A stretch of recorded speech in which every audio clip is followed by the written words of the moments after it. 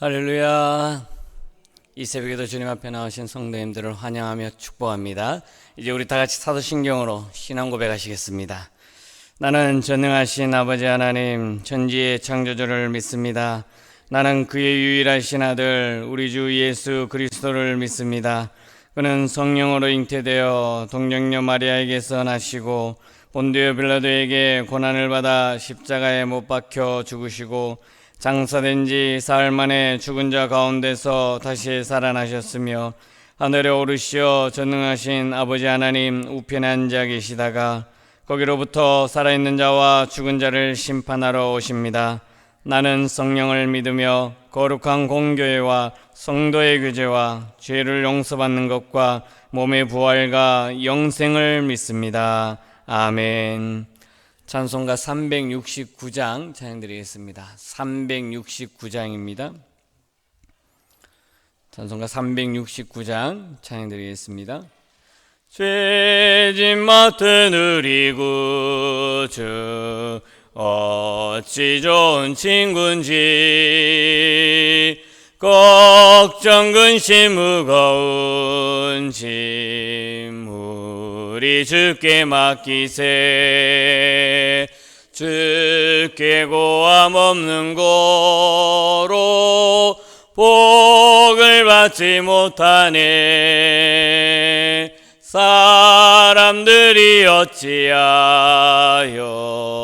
아랠 줄을 모를까. 시험 걱정 모든 괴로움 없는 사람 누군가. 부질없이 낙심 말고 기도 드려 아뢰세. 이런 진실하신 친구 찾아볼 수 있을까. 우리 약함하시오니 어찌 아니하릴까. 근심 걱정 무거운 짐 아니 진자 누군가. 피난처는 우리 예수 길에 드리세. 세상 친구 멸시하고 너를 조롱하여도 예수 품에 안기어서 참된 위로 받겠네. 아멘. 오늘 주신 하나님의 말씀은 예레미야가 1장 12절부터 마지막 22절까지의 말씀입니다. 예레미야가 1장 12절부터 마지막 22절까지의 말씀입니다. 구약성경 1143면 있습니다. 예레미야가 1장 12절부터 마지막 22절까지 우리 한 절씩 교독하시고 22절은 합독하겠습니다. 지나가는 모든 사람들이여 너희에게는 관계가 없는가. 나의 고통과 같은 고통이 있는가. 볼지어다 여호와께서 그의 진노하신 날에 나를 괴롭게 하신 것이로다.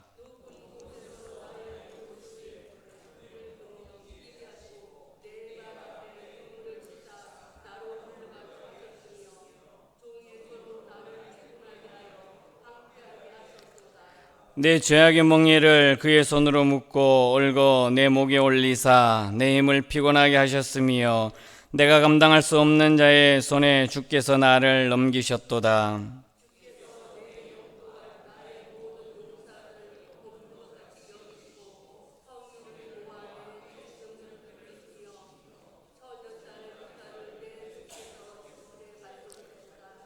이로 말미암아 내가 우니 내 눈에 눈물이 물같이 흘러내리며 나를 위로하여 내 생명을 회복시켜 줄 자가 멀리 떠났음이로다. 원수들이 김에 내 자녀들이 외롭도다.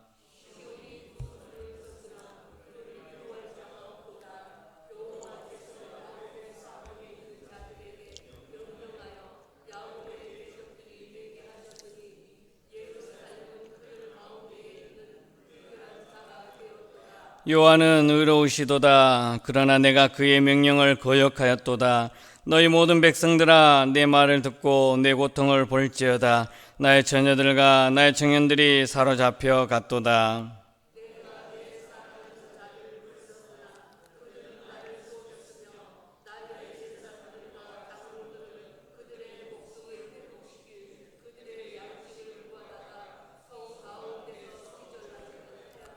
여호와여, 보시옵소서. 내가 환난을 당하여 나의 애를 다 태우고 나의 마음이 상하오니 나의 반역이 심히 크니이다. 밖에서는 칼이 내 아들을 빼앗아가고 집안에서는 죽음 같은 것이 있나이다.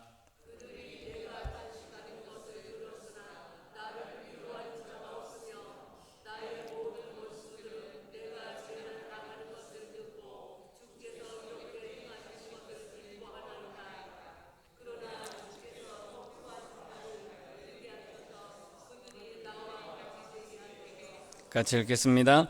그들의 모든 악을 주 앞에 가지고 오게 하시고 나의 모든 죄악들로 말미암아 내게 행하신 것 같이 그들에게 행하옵소서. 나의 탄식이 많고 나의 마음이 병들었나이다. 아멘. 할렐루야. 오늘 하루도 주님께서 주신 은혜와 평강을 누리는 귀한 하루가 될 수 있기를 바라겠습니다. 오늘 함께 읽은 이 예레미야 예가 1장 12절부터 마지막 22절까지의 말씀을 보게 되면 하나님의 심판과 징계, 그리고 그 안에서 우리가 어떻게 하나님의 말씀에 나아가야 되는지, 하나님 앞에 나아가야 되는지를 말씀해 주고 있습니다. 어떻게 보면 이 말씀이 하나의 과거의 시간, 그러니까 이스라엘의 역사로만 끝나는 것이 아니라 오늘날 우리가 삶을 살아가고 있는 지금 이 시대에도 우리에게 동일하게 적용될 수 있는 하나님의 음성이라는 것을 우리는 기억해야 한다라는 것입니다. 그리고 죄에 대한 경고와 또 죄에 대한 심판은 분명히 우리에게도 동일하게 적용된다는 것입니다.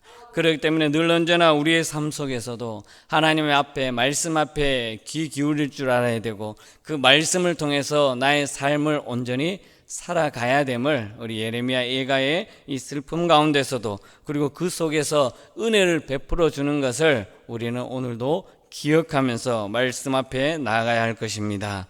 먼저 예레미야를 보게 되면 이 유다와 예루살렘이 하나님의 심판 아래에서 처참한 그 멸망의 모습들을 지켜보았습니다. 그 지켜보는 모습을 보면서 탄식하며 눈물로 하나님 앞에 기도하며 나아가는 것을 보게 됩니다. 12절 처음 말씀에 보게 되면 예레미야는 이렇게 말합니다. 그는 지나가는 사람들에게도 묻습니다. 너희에게는 관계가 없는가? 라고 질문을 하게 되죠. 그러니까 이스라엘 민족이 멸망하고 죄로 말미암아 죽을 수밖에 없고 타락할 수밖에 없는 그런 모습들, 주변에 있는 많은 국가들 지나가면서 이 이스라엘의 모습을 보면서 너희들은 과연 선한가? 라는 것이죠. 너희들은 죄가 없는가? 라는 것입니다. 여기에서 우리에게도 질문을 던지죠. 하나님의 백성들이 고통과 고난을 겪고 있는 사람들을 보면서 그냥 구경만 하고 있는가라는 것이죠. 그리고 그들의 징계를 보며 자신을 돌아보지 않고 때로는 그 멸망해 가는 이스라엘 민족을 보면서 조롱하거나 무시하고 있는 그런 모습에 대해서 너희들은 아무 관계가 없는가라는 거죠. 심지어 이스라엘 백성을 멸망하게 했던 북쪽 아수르뿐만 아니라 남쪽 유다의 바벨론까지도 너희들은 죄가 없느냐, 너희들은 그냥 강대국이라 해서 작은 약소국을 멸망시키고 포로로 끌려가고 하면 다냐라는 것이죠. 그러나 하나님은 공의로우신 분입니다. 하나님은 선하신 분입니다. 비록 하나님께서 그들을 도구로 사용해서 이스라엘을 멸망시켰지만 하나님은 그들을 보면서 그들 또한 열국도 하나님 앞에 제대로 서지 않으면, 하나님의 말씀 앞에 제대로 서지 않으면 그 민족들도 멸망할 것이라는 것을 또 선지자를 통해서 강조해 주는 것을 보게 됩니다. 그럼 우리 예레미야는 그들의 고통, 그들의 아픔, 그들의 고난은 주변 국가들하고 아무 무관하지 않다라는 것을 지적해 주고 있는 것이죠. 그러면서 그 징계 속에서 주변의 국가들도 살아 역사하시는 하나님을 발견해야 된다라는 것을 말해주고 있는 것입니다. 오늘날 우리를 보게 되면 우리도 마찬가지입니다. 늘 내 자신을 주님 앞에 겸손하게 돌아보아야 되고 나의 죄성을 날마다 말씀에 비추어 보면서 나의 삶 속에서 어떻게 하면 하나님께서 원하시고 하나님께서 기뻐하시고 하나님의 뜻이 온전하신지를 분별할 줄 알아야 되고 그 말씀대로 순종하며 나아가야 된다는 것을 이 예레미야 예가를 통해서 우리에게 말씀해 주고 있는 것입니다. 하나님의 징계는 결코 가벼운 것이 아닙니다. 특별히 예레미야는 그 징계에 대해서 오늘 말씀에 불과 그물에 비유하면서 죄로 인해서 피할 수 없는 심판을 받는 그 유다의 모습을 설명하면서 이 말씀을 대하는 하나님의 자녀들은 죄로 말미암아서는 그 누구도 피해갈 수 없다. 하나님의 진노의 불이 임하고 또 하나님께서 그 진노를 주시는 그물 안에 빠져나갈 수 없다라는 것을 분명히 말씀해 주고 있는 것입니다. 어쩌면 우리의 죄악으로 말미암아 묶인 멍에처럼 그 죄성이 나를 목을 누르고 점점 더 스스로 감당할 수 없는 지경에 이르도록 만들 수도 있다라는 것이죠. 그럴 때 우리는 공의롭게 심판하시는 하나님을 먼저 바라봐야 되고 하나님 앞에 진심으로 나아가야 되고 나의 죄성을 주님 앞에 다 내려놓아야 한다라는 것입니다. 죄로 말미암아 심판을 피해갈 수 있는 사람은 아무도 없다라는 거죠. 죄로 말미암아 심판을 피해갈 수 없는 민족도 없다라는 것을 분명히 말씀해 주고 있습니다. 즉 심판의 주체가 누구냐라는 거죠. 그 심판의 주체가 강대국이나 아니면 우리 적들이나 세상의 많은 그런 사람들로 인해서 그들이 주체가 되는 것이 아니라는 것이에요. 그들은 단지 하나님의 계획 속에 하나님의 섭리 속에 죄로 말미암아 죽을 수밖에 없는 죄악된 민족들을 타락하고 우상숭배하는 그 민족에게 멸망시키는 도구자로 밖에 사용하지 않는다라는 것이죠. 그들이 강대국이 잘나서 그들의 힘이 세서 약소국인 이스라엘 백성을 망하게 했다라는 것이 아니라는 것입니다. 분명히 하나님의 말씀에 제대로 서지 않은 이스라엘 백성이 하나님 앞에 우상 숭배하고 죄로 말미암아 타락했던 그런 모습들로 말미암아 주변 강대국을 들어서 하나님께서 심판의 주체자가 되었다라는 것을 강조해 주고 있는 것이죠. 예레미야는 분명히 고백합니다. 12절 하반절에 보면 여호와께서 그의 진노의 날에 나를 괴롭게 하신 것이로다. 즉 그 심판의 주체는 바로 여호와 하나님이시라는 것을 분명히 강조해 주고 있습니다. 바벨론이 유다를 공격했고 이웃 민족들이 그를 조롱했지만 궁극적으로 그 모든 심판은 오직 하나님으로부터 온 것이라는 것을 예레미야는 선포하고 있고 눈물로 호소하고 있는 것을 보게 되는 것이죠. 즉 하나님의 징계는 단순하게 죄로 말미암아 끝나는 것이 아니라 그 죄성으로 말미암아 심판과 더불어서 공의로우신 분임을 강조해 주고 있는 것이죠. 그러므로 말미암아 예레미야는 그 비참한 상황 속에서도 그것으로 끝나면서 울부짖으면서 하나님 앞에 간구하는 것입니다. 예루살렘은 그 어느 누구로부터 위로도 받지 못하는 상태였고 그 유다를 징계하는 그 모습 주위의 모든 민족들이 대적들이 그들을 보고 비웃고 조롱하고 손가락질하는 그 상황 속에서도 원래 하나님께서는 유다를 통해서 다른 민족에게 선한 영향력을 끼치는 그 민족이었음을 강조함에도 불구하고 이스라엘 백성들이 탐욕과 교만과 우상 숭배와 죄로 말미암아 주변 국가들로 말미암아 조롱거리가 되었다라는 것을 다시 한 번 더 지적해 주고 있는 것입니다. 이 말씀을 통해서 오늘 우리는 깨달아야 할 것이 우리가 하나님 앞에 올바로 서지 아니하고 하나님의 말씀에 제대로 서지 않으면 세상 사람들이 우리를 조롱하고 비웃고 타락한 모습에 웃고 즐긴다라는 것을 다시 한번 우리에게도 말씀해 주고 있다라는 것입니다. 그렇기 때문에 하나님께서 택한 백성들이 먼저는 하나님의 말씀에 온전히 삶을 살아가야 한다라는 것이죠. 그것으로 말미암아 하나님을 알지 못하는 백성들, 예수 그리스도를 알지 못하는 그 세상의 많은 사람들에게 우리 그리스도인들이 선한 영향력을 끼쳐야 된다라는 것입니다. 그것이 하나님께서 이스라엘 백성들을 택한 원래 뜻이었고 하나님의 영광을 드러내는 그 민족이 바로 이스라엘 백성이었다라는 것입니다. 그러나 자칫 하나님의 말씀을 따르지 아니하는 그런 이스라엘 백성들로 말미암아 오히려 주변 국가들이 이스라엘 민족을 보고 조롱하고 비웃고 멸망해 가는 모습을 그저 무시하고 환대했던 모습을 보게 되는 것이죠. 이러한 비참한 상황 속에서도 예레미야는 인간적인 방법이나 세상적인 방법을 찾지 않습니다. 오로지 하나님 앞에 나아가 자신들의 죄악을 고백하면서 회개하는 예레미야의 모습을 발견하게 되죠. 그 징계의 원인이 적들로 말미암아 강대국에서 우리가 약소국에서 망하는 것이 아니라 우리의 죄악 때문에, 우리의 타락 때문에, 우리의 우상 숭배 때문에 하나님 앞에 올바로 서지 못한 우리의 죄입니다라고 진정한 회개 고백으로 나아가는 예레미야의 모습을 보게 되는 것이죠. 특별히 18절의 말씀을 보면 이렇게 말씀합니다. 여호와는 의로우시다. 그러나 내가 그의 명령을 거역하였도다. 나의 죄악을 주님 앞에 고백하는 모습입니다. 이스라엘 백성들의 그 죄악된 모습을 하나님 앞에 그대로 고백하며 나아가는 예레미야의 모습을 보게 되는 거죠.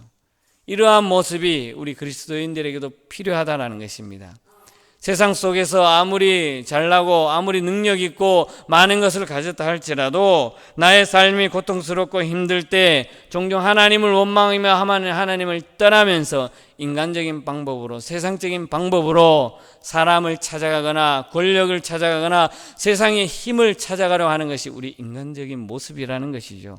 그러나 예레미야의 모습을 보면서 나의 고통과 나의 아픔과 나의 지금 힘들고 어려운 상황은 그 누구의 죄도 아니고 바로 나의 죄입니다라고 고백하며 나아가는 예레미야의 모습을 통해서 우리도 하나님 앞에 고백하며 나아가야 된다는 것을 말씀해 주고 있는 것입니다. 특별히 오늘 말씀을 통해서 우리에게 주는 교훈은 두 가지입니다. 하나는 지금 바로 회개해야 할 때라는 것입니다. 이 시대를 살면서 예레미야가 살던 시대와 크게 다르지 않다라는 것을 말씀을 통해서 우리에게 깨닫고 있습니다. 세상은 여전히 죄로 가득 차 있고 우리는 종종 그 죄에 휘말려서 하나님 앞에 온전히 서지 못하고 죄성에 젖어 들어가는 것이 우리의 삶이라는 것입니다. 그러면서 그 속에서 하나님은 여전히 우리를 부르십니다. 나에게로 돌아오라, 말씀으로 돌아오라, 예배 자리로 돌아오라라고 말씀하고 있습니다. 그러나 그 말씀에 내가 기울이지 않고 내가 하나님의 말씀을 거역하며 살던 나의 모습을 발견해야 한다라는 것입니다. 우리가 주님 앞에 나올 때 나의 죄성을 다 내려놓고 하나님 앞에 회개하고 그분께 나아가야 됨을 오늘 예레미야는 우리에게 교훈해 주고 있습니다. 예레미야가 유다의 외부의 도움을 구하며 바벨론이라는 강대국이나 아니면 애굽이라는 그 거대한 민족으로 의지했던 것이 아니라 하나님 앞에 모든 것을 내려놓고 죄성을 온전히 주님 앞에 고백하며 진정한 구원은 하나님께로밖에 없습니다라고 회개하며 고백하며 나아가는 이 예레미야를 통해서 우리의 모습도 그 어느 시대도 아니고 지금 우리가 주님 앞에 회개하며 주님의 구원을 간구하며 나아가는 우리의 모습이 되어야 할 것입니다. 그리고 두 번째는 회개와 동시에 지금 하나님 앞에 간구해야 한다라는 것입니다. 하나님 앞에 온전히 나의 죄성을 주님 앞에 내려놓고 20절에 예레미야가 하나님 앞에 간구한 것처럼 여호와여 보시옵소서 내가 환난을 당하여 나의 애를 태우고 나의 마음이 괴로우니 나의 반역이 심히 큽니다라고 하나님 앞에 간구하며 나아가야 될 것입니다. 이런 예레미야의 고백이 우리의 고백이 될 수 있기를 바라겠습니다. 나의 죄악과 나의 죄로 말미암아 지금 힘들고 아프고 고통 가운데 있는 나의 삶을 주님 앞에 회개하며 솔직히 간구하며 주님 앞에 나아갈 수 있기를 바라겠습니다. 그렇게 해서 하나님께서 우리를 통해서 역사하시는 그 모습, 오직 하나님만이 나의 구원이 되어주시고 하나님만이 나를 회복시켜 줄 것이라는 것을 믿음으로 나아가며 주님 앞에 회개하며 간구하며 나아가는 저와 여러분들의 삶이 될 수 있기를 바라겠습니다.